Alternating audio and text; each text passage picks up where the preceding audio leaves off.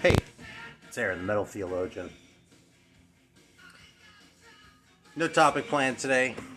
Just gonna talk about a few records. Nothing specific. Listening to Sword right now. This is the second record, Sweet Dreams, which is pretty good. Like, I feel like this one's a little bit. I don't want to say paint by numbers because that sounds more disparaging than I mean it to. It sounds a little bit like sort of like the template of a metal record. But it's a template of like a really good metal record, you know what I mean? I don't think this is like incredible. I don't think this is one of the greatest bands ever. But it's really good. And there's some parts of this that are really inspired. Like the first song actually I thought was pretty great on this record. Just the way the riff sort of echoes itself, the way it's written.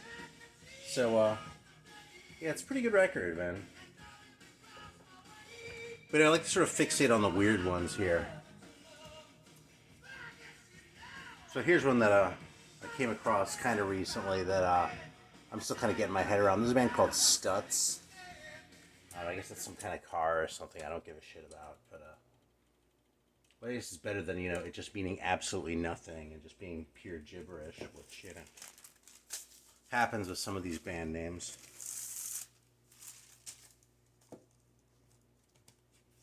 Yeah, but this one, man... So I've been listening to a lot of sort of early, like, 80s, like late 70s even, and early 80s, like sort of hard and heavy stuff. Like those Asia records I've been talking about, especially Armed to the Teeth, the South Dakota band Asia. Those Winter Hawk records.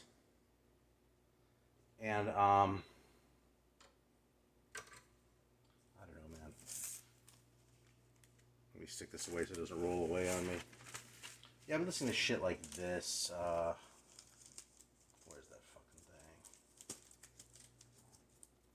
Yeah, okay, like this Snow Axe record. Okay, this is not that heavy, really. We're all different.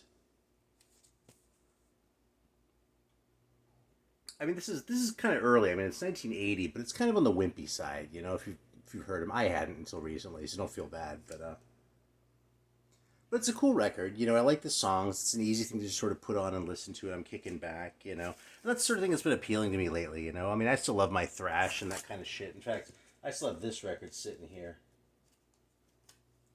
Yeah, the last time, actually, I think at this point it's 2 times ago that Marty hyped this record over on Heavy Metallurgy. I pulled it out and I've played it on, from time to time, probably a couple times a week. And it's definitely really ferocious, from that standpoint. It lives up to his hype. It's definitely a good record. It doesn't speak to me the way like a Rain and Blood does, though. And I realize that's a super high bar, but that's sort of the bar he's set for it. So while I don't really expect that necessarily, I still feel like I haven't completely gotten my head around this record. So I've been spending a little bit of time with it. But for the most part, I've been listening to stuff that isn't so heavy. So I've been a little more sort of down with like, the synths and that sort of thing. The shit that I used to hate back in the day, right? I used to hate anything with a synthesizer in it. This record... Actually, the first song was so cheesy. I'm gonna let it run it because this is just like pure new wave.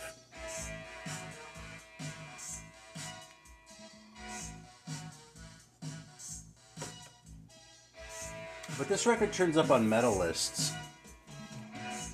And once you get past the first song, you can kind of see why. There are kind of too many people in the band, actually. 6 people is a lot of people if you want to have any kind of hard rock or heavy metal band, but lots of synth, The fucking drummer plays drum synth. The rhythm guitar player plays keyboards. And then they have a dedicated keyboard player too, But it says play it loud. Once you get past this, though, it's almost like if you wrote a metal album, but then just put the synths way up front on every single song. Like, this is the way it sounds. If those are guitars, this would be pretty metallic. And that's a pretty decent trot, but those synths are fucking loud, man. Like, that's all electronics in the mix, but it's written like a metal song. You see what I mean? So I'm kind of fascinated by this record. Like, that first song was kind of just like pure, like, you know, like new wave shit, basically. You know, like almost like synth pop. Not quite as heinous as that, but you know.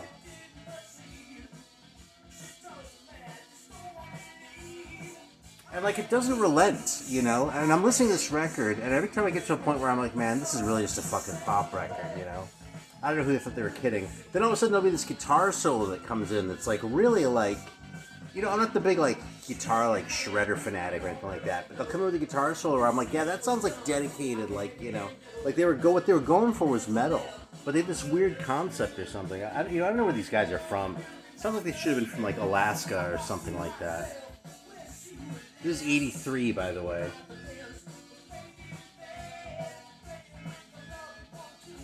It says Vaughn's Inn where it began. Okay, mastered in at the Lacquer Place in Nashville, Tennessee.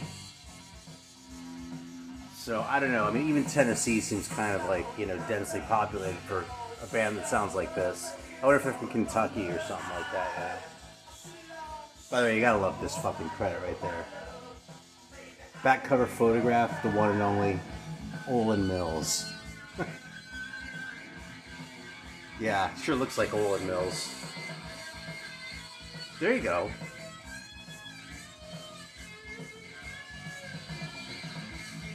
Like it sounds like it sounds like they wrote metal songs, but then like decided they didn't want to be a metal band anymore when they performed them. They didn't have time to write new songs.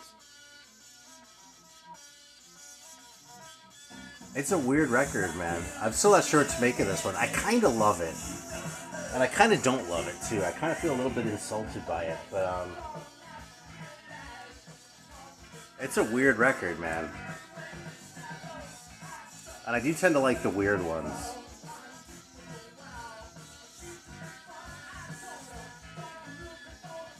I'll let this run for a minute, man.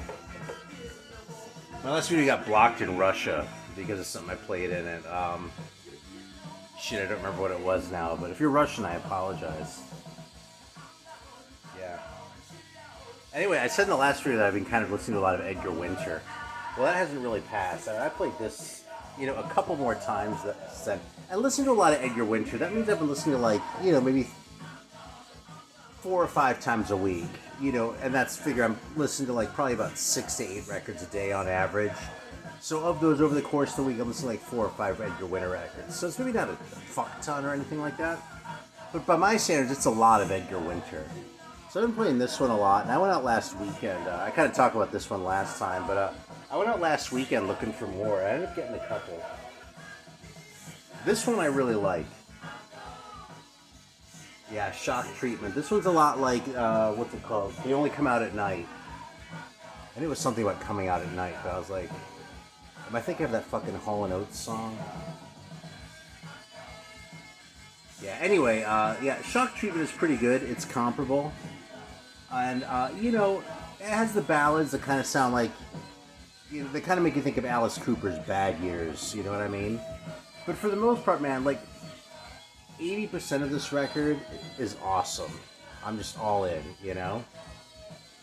Some kind of corny parts, definitely some like early 70s glam moves, but not like total early 70s glam. Definitely hard rock though, and this stuff kind of keeps up with most of like the later 70s or early 80s shit that I've been listening to. This record's 74, so I kind of got to tip my hat to it for just that reason alone, you know? I mean, you wouldn't confuse this with a record from 1980, you know? You wouldn't confuse it with Stutz. But, yeah, but it's just really good, man. I've been listening to it. So I also snagged this one. I left this old price sticker on the old shrink wrap before I tear the shrink off, because that's kind of amazing. See, now we're back on the wimpy shit here, you know? So this record kind of goes back and forth. This record was kind of more, I mean, this was like total prog rock, really. I was surprised at how prog this record sounded. And it wasn't really what I was looking for, you know? I mean, I wasn't looking for like, you know, a Genesis record when I pulled this out. I was looking for something that was more like, you know, rock and roll with, you know, a dose of glam in it, you know? And some cool sounding like early 70s keyboards. And those other 2 Edgar Winter records have that. This one kind of sounds, it's more sort of symphonic, more sort of, I wouldn't say more produced, but I don't mean more produced in the sense of like, you know, like the kind of slick shit. I mean, more like orchestrated, you know? I mean, they have like composition credits on here as opposed to like songwriter credits. You know, that's kind of a hint, but yeah. So I don't know. Maybe I'll come around on this one, but I didn't really think a whole lot of this one. But those other two, man, I was really, I'm in with the Edgar Winter, man.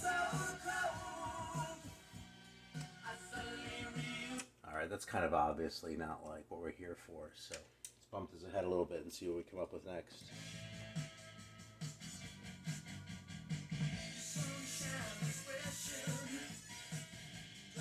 See, this is not very heavy, but this could still pass for like decent like hard rock. But that synth is fucking front and center, man. It's like right there. It won't let you forget that it's there. Like not even close, right?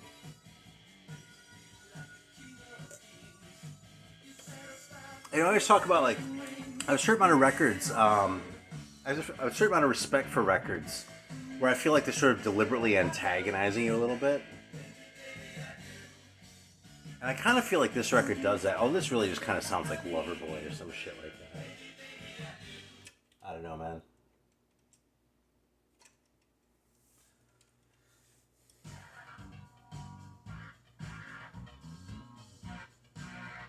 See, I can kind of dig that sound. That's kind of plodding. But it's so electronic, man.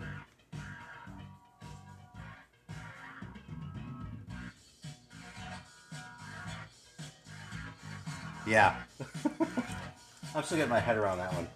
This one, actually, it's funny. I just saw a copy of this offered for sale on the Collect Code channel, which I've been a little bit addicted to watching for the sport of it.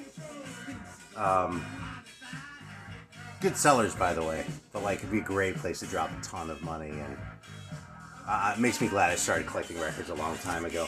Anyway, they had a copy of this one up, so I was like, oh shit, I haven't played that in a while, and I pulled it out. This Impeccable live record. It's funny, this is like 79, okay? So it's relatively early for what it is. It's funny too because Impeccable is Baldy Welch and a couple other people too. And they're like notes after him too, like after Baldy Welch, his lead guitar, background vocal, and brain damage, it says. But I can't read a couple of these other ones, but the last one says African Queen. I'm not sure what that's supposed to mean. Yeah, but anyway, these are some nobody guys from, their address is in Lubbock, Texas. This record is great, man. Like, I could do without that cover of Johnny Be Good. And it's not a super long album, so I get why they put it on there, but make an EP if the best you can do is a cover of Johnny Be Good, okay? It's fine. But this record is really good, man. Like, it sounds kind of ahead of its time as far as just the intensity of sort of, I mean, really the metal sound of it, you know what I mean? It really sort of, maybe partially that's because it's a live record, but it sounds really sort of raw and primitive. And, but the songwriting is fully realized, you know what I mean? Like, it sounds primitive in that it doesn't sound very heavily produced at all. It just sounds like some guys who got up and started fucking playing, you know what I mean? But the songs are well written. It's heavy. It rocks. Not a super strong singer, but he's perfectly serviceable. You know what I mean? Does not detract at all or anything like that. And yeah, if you come across Impeccable live on the Rocks, man, this is a good record. It really is. I need to get played some more before I get out. Yeah, I've kind of gotten my fill of this one. There are a couple other ones too that I was thinking about sampling. So, yeah, it's kind of an unusual one. I'm not going to play y'all any Edgar Winter, because I'm sure you know what that shit sounds like. And if that's going to antagonize you, then I'll let Edgar do that all by himself, you know. He doesn't need the help the way Stutz kind of does. What else do we have here, though? Alright, so here's a weird one. This one's definitely a metal record. I actually found out about this one because there's a Greek label that's going to be reissuing this. So I went and looked it up because I'd never heard of it before. And the cover kind of struck me. Mystery. And You know, I'd never heard of it before or anything. But originals weren't expensive, so I just went ahead and rolled the dice on it. And I'll tell you, man, the write-up on their thing was that it was sort of, you know, maybe still ahead of its time even now. I think this thing came out in like 89 or something like that, maybe as late as 90 or 91. 88. It just has a weird sound to it, though, and there are like weird things in the writing.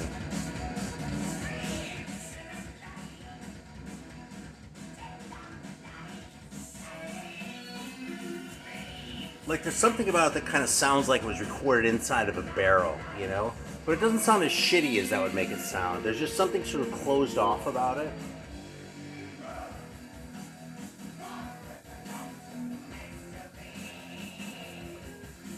Like, for me, this evokes shit like Deliverance from the UK.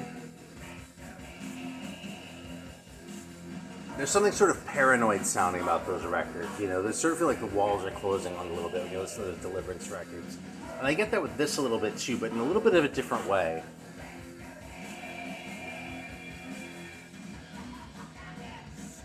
And then they take these really weird turns in the songwriting, but it's not like sort of jagged and angular like, you know, like a Voivod or a Spectral Incursion or something like that. It's more just sort of, it's written that way, and it sort of seems to follow naturally, but it still takes you in these weird places. And then there's a locked groove at the end, which is annoying in principle, but like, it sounds like it's fucking skipping. But there's actually a little note on the back where it says, "This product is not faulty, don't return. The way it ends is the way it's intended to end." Like, it says that right there. A little asterisk there. Pretty sure these guys are German.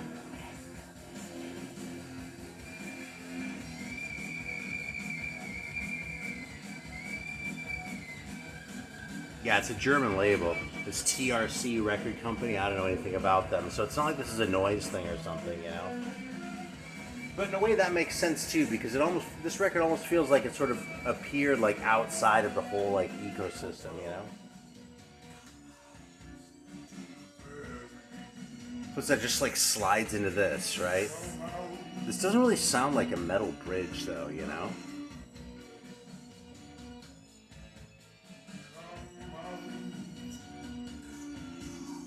Like, I feel like this record couldn't have come out on Noise or something like that. And it couldn't have come out on, like, a Wishbone or a label or something like that either, because it's way too high quality, you know? I mean, this is actually really well put together and well performed and all that, you know? It's just weird.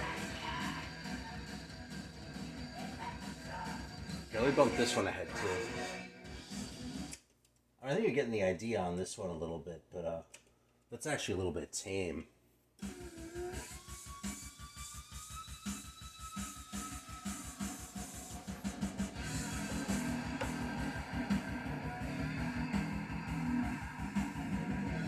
So there's this dirginess to it.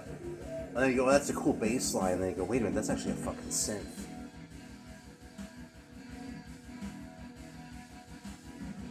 But it doesn't like hit you over the head with it like the Stutz does. It's just sort of in there tastefully, you know? But that's kind of wrong for this kind of metal too, you know?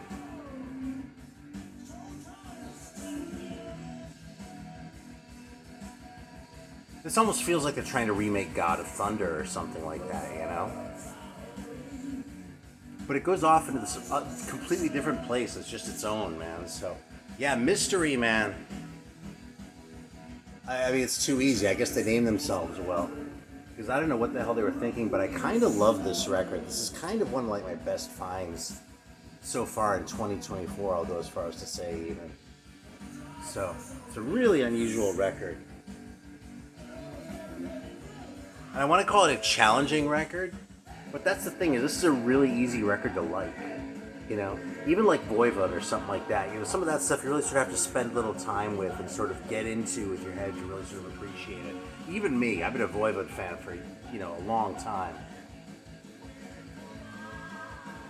Those backing vocals, man.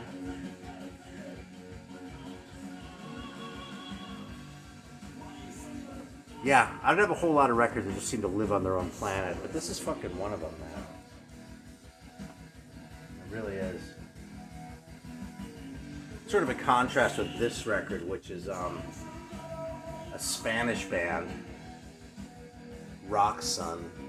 Okay, it's called Heavy Metal, and there's actually a 4-track EP. It's all in Spanish. En tu mente esta is the first song. And what this kind of sounds like to me, I guess maybe borne out a little bit by that, is if you took AC/DC and you gave them a much less good singer and fully committed them to metal. You know what I mean? Because that kind of writing, it's simple stuff, a lot of space in it, you know what I mean? It sort of evokes AC/DC a little bit, but it isn't as sort of boogie-ish as AC/DC. Like I said, it's more sort of committed to the heavy metal paradigm, you know? And the singer's nowhere near as good as either Brian Johnson or Bon Scott, so... Or Axl Rose, for that matter, I guess, if we're really going to go all in with that comparison. But it's a good record. It's a charming record. It's a fun record. It's not an incredible record, you know? But there's nothing not to like. Yeah, I've been listening to these guys a lot too, man. I finally got my hands on a copy of this. This is Life on Earth by Trilogy. So apparently speaking of AC/DC, apparently these guys are sort of a legend in Perth. They're sort of like, you know, one of the like original like metal bands from that part of Australia. Perth being the most remote big city in the world, incidentally. Like for a city of its population, I don't think, if I'm not mistaken, there's no other city that has a population the size of Perth that's as far away from every other big city in the world as Perth. So, yeah, so there you go, right? Yeah, this is actually 1985. It really sounds a couple years earlier than that, but I mean, that kind of makes sense based on what I just said. You know, it's a little bit out of time. This thing definitely has some kind of poppy moves, you know, it goes a little heavier than... Actually, I'm just fine with where the synths go on this one. But it's because I've been in that sort of headspace with it, you know what I mean? Like, this song kind of tends to go a banger, and then sort of a softer one that's like kind of a little bit slick maybe, but I can still handle it. And then it comes back to another banger, so I don't regret having sat through the one that was kind of a little bit less intense, you know what I mean? And they actually made, they made this record, and then they broke up and reformed as Saracen. Although this record came out in Europe as a Trilogy record, so there you go, Saracen and Trilogy are the same. And both of these names are kind of generic, you know? I think Saracen is probably a better name, like in spite of sort of the cultural, maybe, you know, iffiness of it. But Trilogy, because Trilogy is just a lame name, you know? Apparently they sort of broke up and then reformed, and the label over there insisted they reformed. Listen to this. It's weird, isn't it? Yeah, maybe they were intending to be a new band with this record, but they kind of don't really sound like a new band. I mean, it's a little bit different. It sounds a little bit fuller. It sounds a little bit more, again, more produced, not in terms of the production per se, but it's like more sort of complete in its composition. But it's really similar as far as the sound goes. You know, if you like the first Trilogy, you're gonna like this one too. And I like them both a lot. Again, neither one is an absolute face melter or anything like that. They both sort of have their peaks and their valleys. The peaks are really high though, and the valleys really aren't too awful. They won't make you cringe too hard or anything like that. And they're just fun records, man. And not everyone can be as weird as Mystery.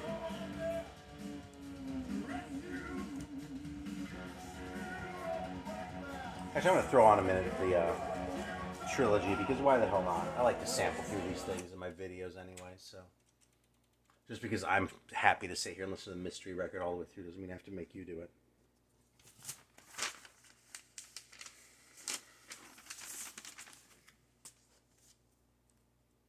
I'll put on the first one, which actually sort of, you know, will demonstrate the first two songs, what I was kind of just saying.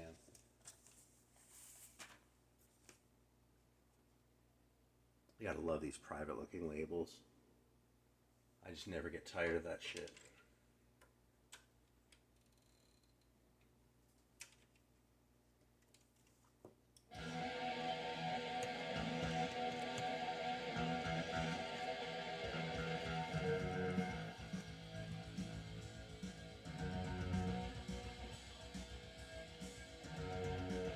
That's some pretty decent metal writing. Yeah, that rocks.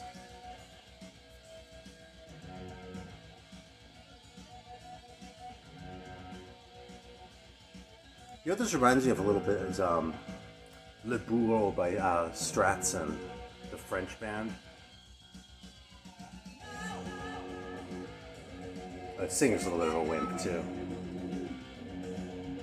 Yeah, so I came across this one too. This is a band. It's funny. There's this other band called Eclipse that I talked about not too long ago, I think. Yeah, this band. It's sort of like, you know, it's like a decent hard rock record. Not really incredible. I'm trying to remember where these guys are from. I don't know.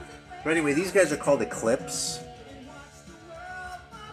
And these guys are also called Eclipse. But they actually left out a couple letters, so it's like Eclipse. But you know what they're going for. Actually, I guess it was just one letter they left out. But yeah, Eclipse, these guys are called too.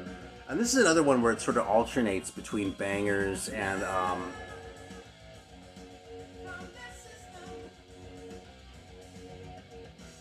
like another. There are only 7 songs on this, and like the third song on side 1, Another Squeeze, almost feels like kind of a joke song. Like Keep Out of the Reach of Children is a pretty good like heavy rocker, right? Not like they're not like, these guys aren't going to unseat Iron Maiden or anything like that, right? But as far as like this sort of vibe, which is kind of where I've been with it, very good. Then Another Squeeze almost sounds like a joke song, but not quite like a joke song, you know what I mean? It's like if they had written something that sounded like a joke song, but they played it completely straight, you know what I mean? Nothing goofy about it, they just wrote it that way. That's kind of what it sounds like. And I tend to very much disapprove of joke songs. You know, I think it's a great way to spoil, you know, a pretty good record is by putting some corny ass shit at the end of your record, you know? But they put this at the end of side 1, and again, they play it so straight, I don't think it's actually supposed to be a joke song. And then the Mushroom song, which is the last song on here, after kind of a wimpy one, and then a couple more like bangers, right? It's almost like this weird sort of like kind of dark, I guess, ballad.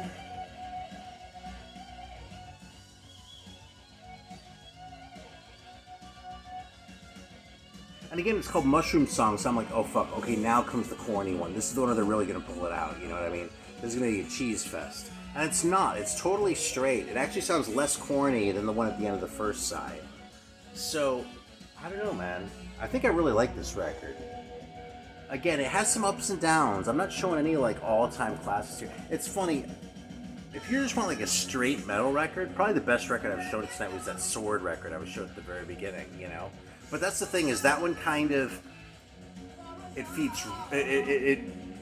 paints by all the numbers, or checks all the boxes, I guess is what I'm trying to say. You know what I mean? That Sword record, if you just want like a good metal record, Sword, Sweet Dreams, you're gonna be just fine. All these other ones seem to challenge you in some sort of way or another. And I think my favorite is the Mystery one.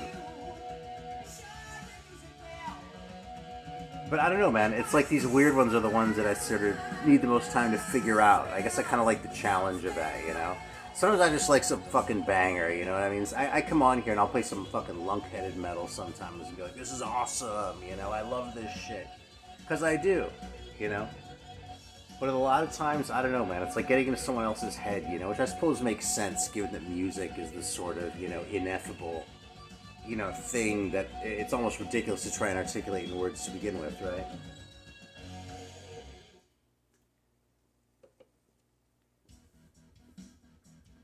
So that was the end of like the one that's a pretty good rocker, and now we're on the one that's kind of wimpy.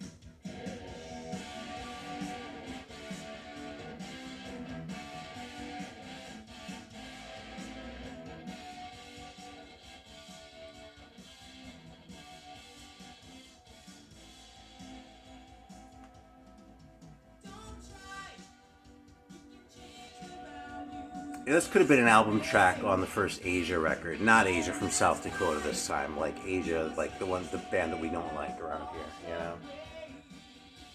It's not terrible. I can hang with this. Just, given that I'm in kind of a forgiving headspace this week, I can totally get on board with this. But like, if the whole rest of the record sounded like this, I'd be going, man, this one fucking sucks. And I'm not. I'm saying it's actually a pretty good record. I like it a lot.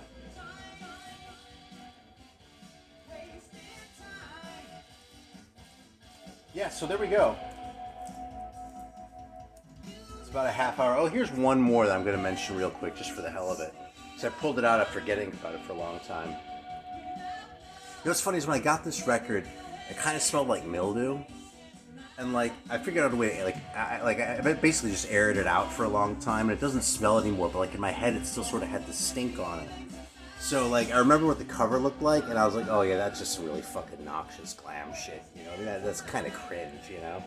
So, in my head, this was like this really sort of corny ass record, but this record is pretty heavy.